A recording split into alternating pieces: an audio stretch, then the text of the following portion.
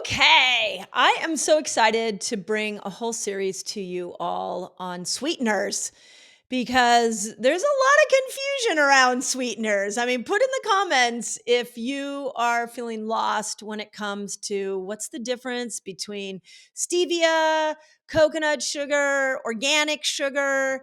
I mean, the whole world of what we can ingredients we can use to sweeten our food has really become vast. So in this video, I want to go through 3 sweeteners that are actually really good for you.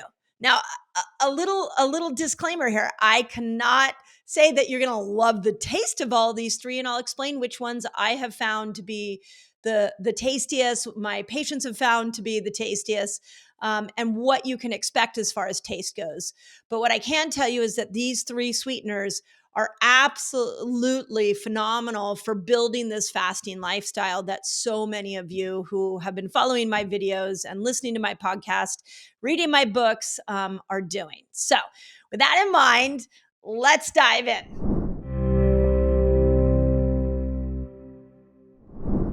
So, the first sweetener is one that has been around actually for decades, and it's been very, very well studied.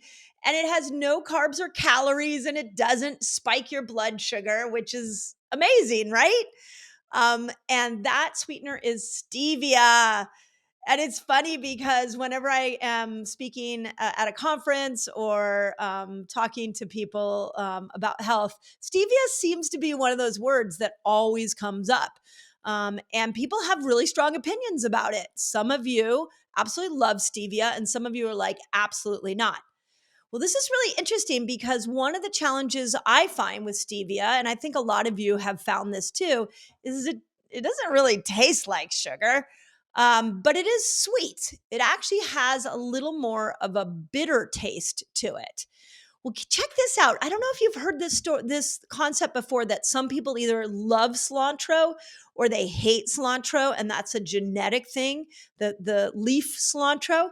Well, it turns out that stevia is the same way, that it's actually in your genes, whether you are hypersensitive to stevia's taste or not. So, if you don't like stevia, like me, it might be because it's in your genes and you may never like stevia. But if you do like stevia, I gotta say, on a paper, like looking at it from a glycemic index, which I'll talk about here in a moment, perspective, stevia is the best. This is why you will see stevia in a lot of different ingredients. Now, I want to point something out about stevia because before I did this video, I know that there was a myth and one that I actually bought into, but I recently dove into the research in preparation for this video. Then the myth was that stevia spikes insulin. And so in the fasted state, stevia wasn't good. Well, I just looked up the science on that, the current science, and actually that is a myth. Stevia doesn't spike glucose and it doesn't spike insulin. Now, having said that, I do want to say that some of you notice that when you take a stevia based product, and I'll talk about some here in a moment that I recommend in the fasting window, that it on your glucose monitor, it may spike your blood sugar, or you notice you're hungry after you drink stevia or eat stevia. Obviously, in the fasting window, you're not eating anything, you're drinking something. So keep in mind that even though the science is saying it doesn't spike glucose, it doesn't spike insulin, that for some of you, based off your microbiome, because we all have different microbes, you might notice stevia doesn't work for you in the fasted state. So I want to just keep in mind that as we go through this next series on sweeteners, that it is those microbes in your gut that often determine if a product or an ingredient is going to spike your blood sugar.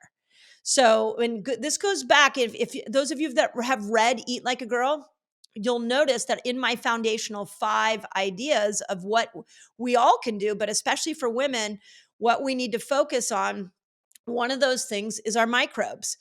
Rule number 3 of the foundational 5 is eat for your microbes, not your taste buds. And what I mean by this is that if you have a microbial situation in your gut where you don't have a vast amount of microbes, you could ingest stevia and it may spike your glucose because it's up to the microbes in the gut to determine how it's going to take in an ingredient and what kind of glucose response it's going to have to that. The more vast your microbes are, the more diverse, think of it like a garden in your gut. The more intricate that is, the more healthy microbes you have, the less you're going to see stevia spike your blood sugar on your continuous glucose monitor. But according to science, it doesn't spike your glucose or your insulin. So for example, a product that I absolutely love, absolutely endorse in the fasting window is Element T. It is a powdered electrolyte, sodium, magnesium, and potassium. It has been incredible for helping people in longer fasts. Many people are concerned it pulls you out of a fast because of the stevia. I looked that up. According again to science, stevia does not spike glucose and insulin and should not pull you out of a fasted state. If you have a glucose monitor on and it pulls you out of a fasted state, then that actually could be because of your microbes. And you're going to want to work on building a fasting lifestyle that is focused on building a more diverse microbiome. So there's so much nuance in these little pieces of nutritional information. This is why I keep saying we cannot judge our health or make a whole health plan off a 90-second reel or short or TikTok video. Although those are all great, you need conversations like this where we go into the depth of something, because some of you are going to do fabulous with stevia in the fasted state and some of you are not. Some of you are going to love the taste of stevia and you don't mind it, and some of you are not going to. So this personalization of this information becomes really important. So that's my thoughts on stevia. And the second sweetener is actually one of my favorite and quickly becoming more and more of my favorite, and that is monk fruit extract. So monk fruit is really interesting because it has 0 calories, 0 carbs, which is great. And it also has a sweetness that doesn't affect your metabolism or your blood sugar. So if you think that stevia has this kind of weird, bitter aftertaste, I really encourage you to go to look at monk fruit from a glucose standpoint. Remember, glucose is a fancy term for your blood sugar. When your blood sugar, if it will spike. But from a glucose standpoint, technically, stevia and monk fruit are exactly the same. But monk fruit doesn't have this bitter aftertaste, which is why it has become more and more of a favorite for me. It also has this, you can find it in like a liquid, a granule, a powder. You can even get it in brown sugar. You can get it raw sugar monk fruit. Raw is always best. If you can find raw sugar monk fruit, especially if it's organic, that's phenomenal, because then anytime you see raw on any kind of label, it means that they haven't processed it. They haven't changed it from its original source. So I really like that monk fruit comes in this raw sugar style, so that we can get away from these highly processed foods, which, by the way, hopefully those of you who've been following me, you've been hearing a lot about the dangers of processed foods. But keep in mind that the natural health world has become highly processed too. So just because it's in one of your health grocery stores, just because this, like a sweetener like monk fruit, is technically 0 calories, 0 carbs, it doesn't mean that if a company takes it and processes it, it's healthy for you. So that's why I want to encourage you when you buy monk fruit, because I know it comes in a raw sugar monk fruit. Please look for the raw. That is a buzzword on the label that will help you. Okay, the third one, which is also a fan of mine that I've used a lot, but it doesn't work for everybody because of the effects on the gut, and that's erythritol. So erythritol is a sugar alcohol. Doesn't mean there's alcohol in it, but it does mean that it's a very similar structure to white sugar. So it can cook very similar as white sugar. It has a little similar taste and a little similar texture to sugar. But it's about 60 to 80% of the sweetness of real sugar. So fascinating to me because when we look at these three different sweeteners that I'm talking about right now, stevia is actually, to my taste buds, put it in the comments if this is you, to my taste buds, stevia is actually sweeter. Um, to me, monk fruit very similar to regular sugar. I don't like things super sweet. And erythritol again, also very similar sweetness to sugar. So that means when you go to cook with monk fruit and erythritol, when you're looking at a recipe, you can go, okay, well, if it says, a half a cup of sugar, then I can do a half a cup of monk fruit, and that sweetness is going to be about the same. Or I can do a half a cup of erythritol, and that sweetness is going to be about the same. Now, on the bags of these, I would encourage that you go and you look to see, because the product might give you some advice on how to look at it through that lens when you're looking at a recipe.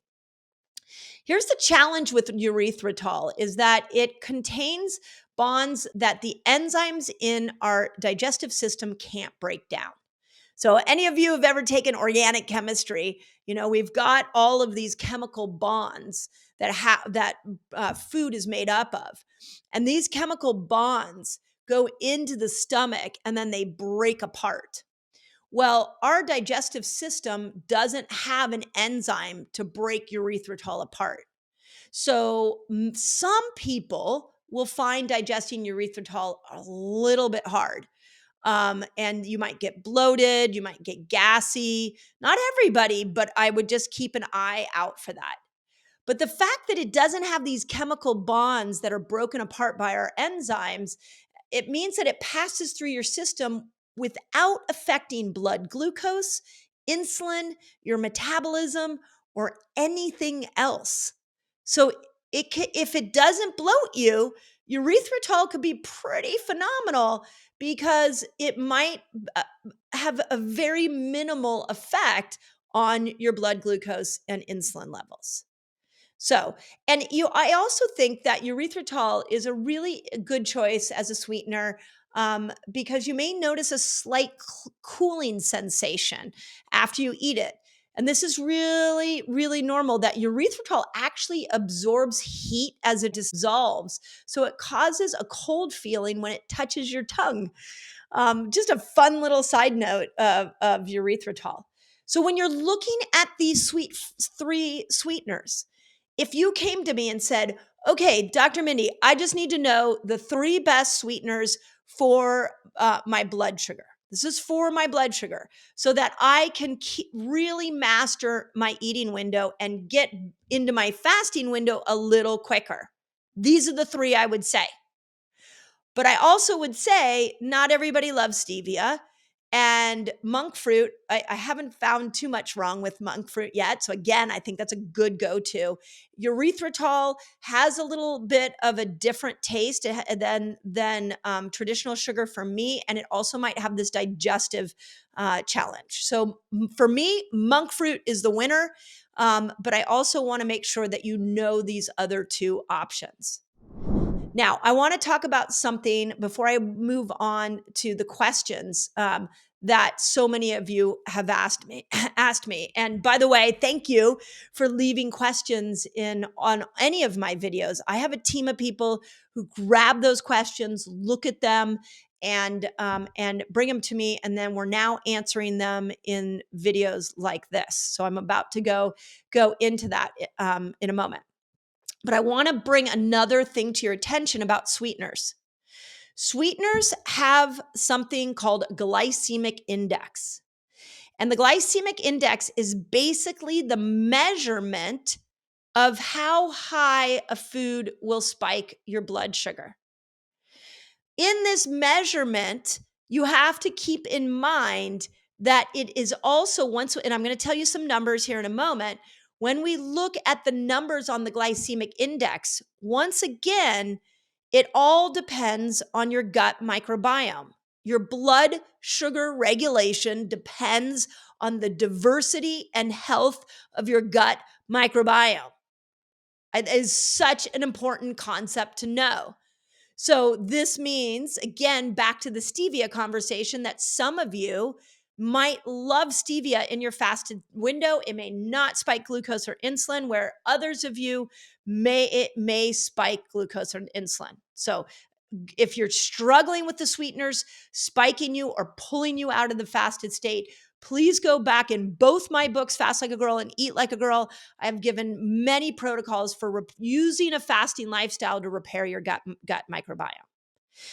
Now, when it comes to this glycemic index, what I want you to understand is that traditional sugar, like highly processed cane sugar, that's like not in its original state, like it's been really, really processed, it's going to be a little bit closer to 100 on the glycemic index. There's actually many studies that I found say that organic cane sugar is, like, again, one that's a little more in the raw form, is going to have a glycemic index of about 65. Whereas I don't want to call out like any names, but your classic white sugar that comes in those big bags that you get in your grocery store, they've been milled and refined much like the flour has, and all that is left is sugar in there, and it spikes you closer to 100. I also want to point out that with sugar, that it's not the best option because of its glycemic index response, but it is one of the most genetically modified crops. So if you're trying to get away from genetically modified foods or foods that have been heavily sprayed with glyphosate, which damages your gut, then you're going to want to stay away from that traditional refined sugar. And you're going to want to go more towards an organic raw sugar. Those words matter. If I'm looking at I'm in the grocery aisle and I have a choice between just plain old sugar that's in a big bag that doesn't have any of those buzzwords, or right next to it, I have a sugar that says organic raw cane sugar. The organic isn't sprayed with glyphosate, and the raw means they haven't highly refined it. So look for those buzzwords when it comes to sugar, because sugar is such a GMO crop. And if you get it really high on that glycemic index, it's a double whammy because it'll spike your glucose, but it's also, with that glyphosate on it, it's going to destroy your microbiome, making it even harder for other foods. When you ingest them, they're going to have this increased glucose response. So it's a really important nuance when we're looking at sugar. Okay, so that kind of sugar is a little bit more, anywhere from 65 to 100 on this glycemic index. I just said stevia, the three that I mentioned in this video, stevia, monk fruit, and erythritol, they're also all 0 on the glycemic index. Now, sitting in the middle are things like coconut sugar and honey and date sugar and maple syrup. Some of these are sugars that you're going to see in my book, Eat Like a Girl, because they taste really good. And when you pair those, so if you're going to go in and eat some of these sweeteners that are right in the middle of the glycemic index, I want to help you think through, why don't you focus on what you're pairing that sweetener with? If a recipe puts honey in it and there's good fat or good protein in it, whenever you take a sweet ingredient that spikes your glucose, has a high glycemic index, and you pair it with fat, or you pair it with protein, or you eat it with fiber, you have 3 options, you minimize that blood sugar spike. So even something like honey that has a glycemic index around 40 or 50, if you pair honey with a fat, a fiber, or a protein, the expense on your blood sugar is less. It'll have less of a blood sugar spike, meaning then that your pancreas has to produce less insulin. So I want to deepen our conversation here on YouTube and on my podcast just about how we need to start to not villainize one ingredient. We have to look at that ingredient in relationship to the other ingredients you put together in a meal. And we have to look at it in combination with what is going on with your microbiome. If you have been on massive amounts of antibiotics, if you have been eating the highly processed diet forever, if you have been on birth control for decades, there is a large chance you have a very depleted microbial system in your gut. And it doesn't matter if it's stevia, honey, or organic sugar, it's going to create this huge blood sugar spike.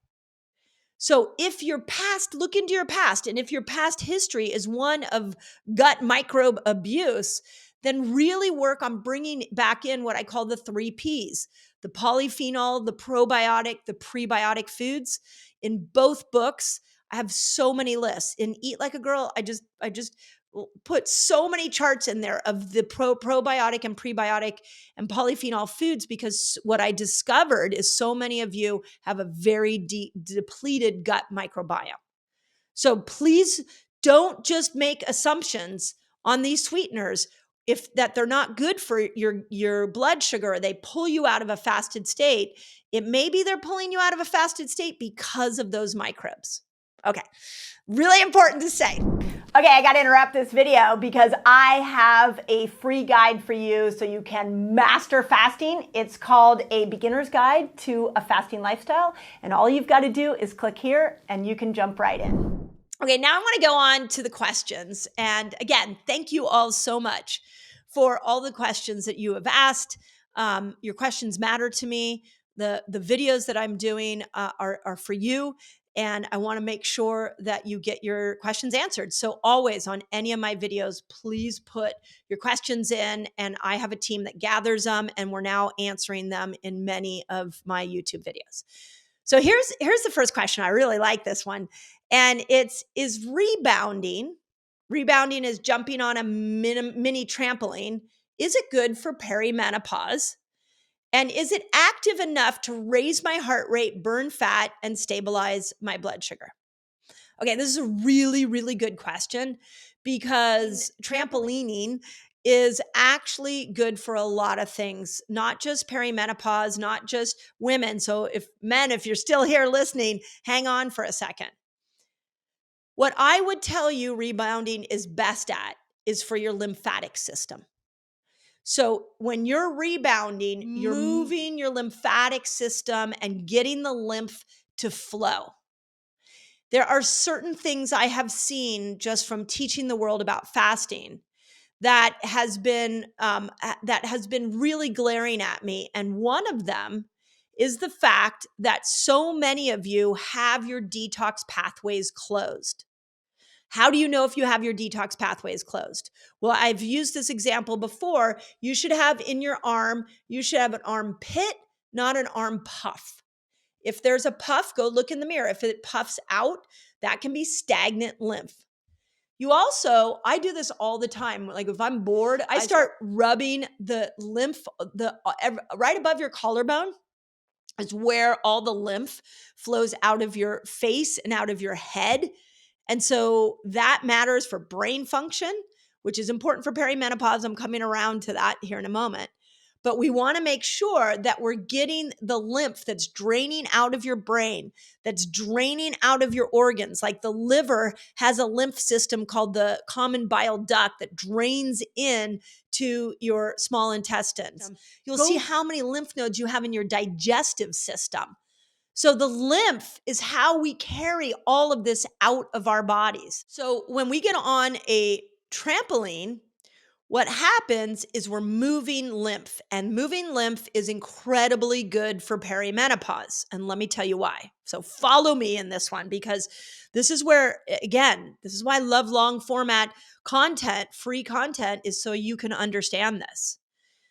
When we go into those perimenopausal years, something very interesting is happening. Your estrogen is going up, down, up, down. And in that wild ride that estrogen takes, that signals toxins to come out of stored tissue. Some of those toxins are heavy metals, heavy like lead. Lead lives in your bones.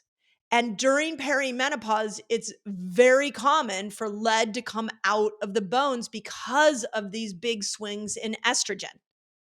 And when heavy metals come out of those bones, they've got to get out of your system. So you need your lymph to be able to move that lead out of the system so it doesn't get reabsorbed into your brain. It's very common for lead to come out of the bones, leading to more osteoporosis, leading to lead in the bloodstream going up into the brain. Lead is a dumber downer. It slows down your thoughts. It makes you depressed. It causes memory challenges.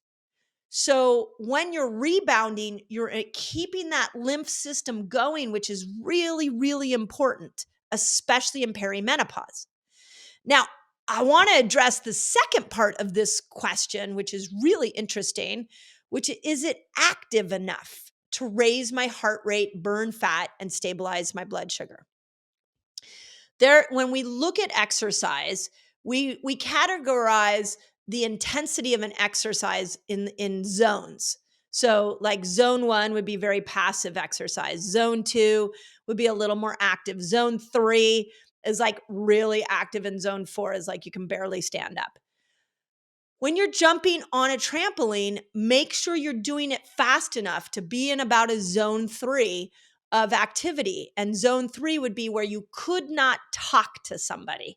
Yeah, and so you can decide how this person sounds like they're a trampoliner and they understand quite a bit about what a workout would look like on a trampoline. But if you're just jumping up and down casually, it's probably not enough to raise your heart rate, burn fat, and stabilize your blood sugar.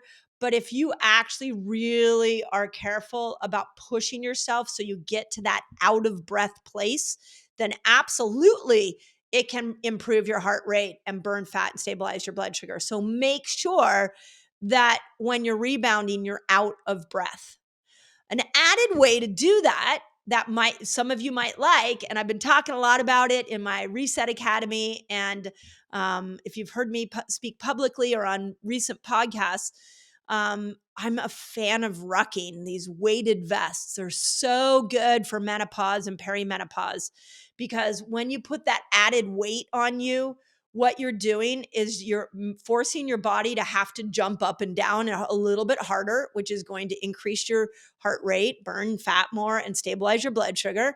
So I would try a rucking vest. But it's called a weighted vest. And with that extra added weight, you are telling your bones to hold on to calcium and phosphorus. So for my perimenopause and menopausal friends who are trying to prevent osteoporosis, and I'm postmenopausal, but I will tell you this is a big thing for me because I have a mom who has severe osteoporosis and has had 2 hip replacements, and I'm working at 55 to make sure that I don't end up with a hip replacement. So I love the weighted vest because not only is it getting my heart rate up more, but it's also forcing calcium and phosphorus to stay in the bones.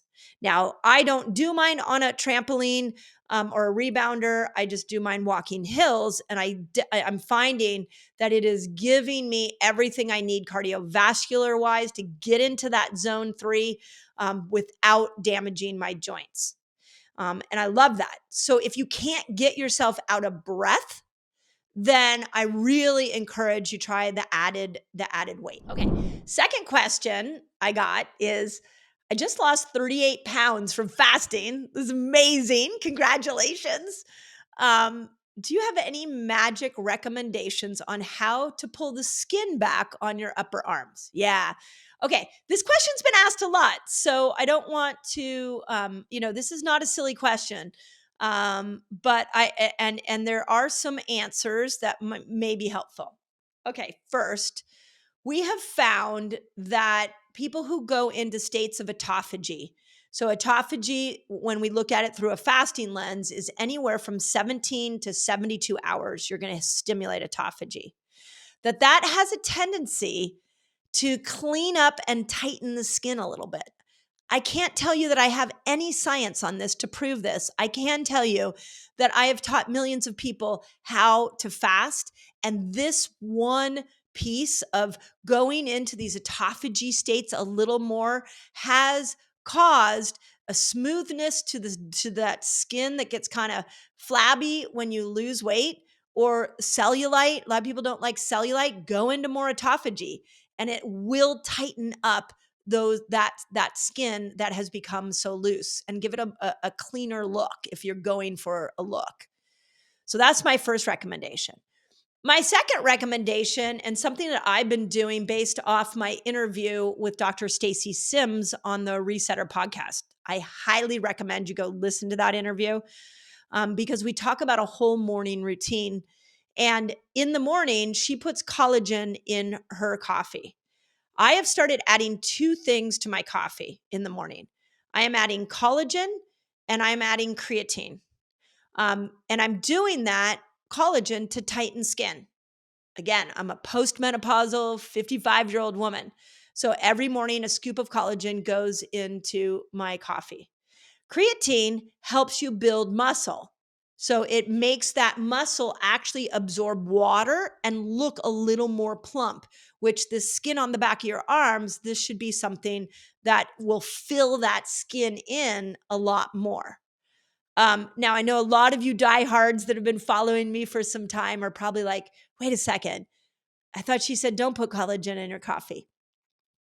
The only downside to putting collagen in your coffee is if it's over 20 grams of protein, it will pull you out of autophagy.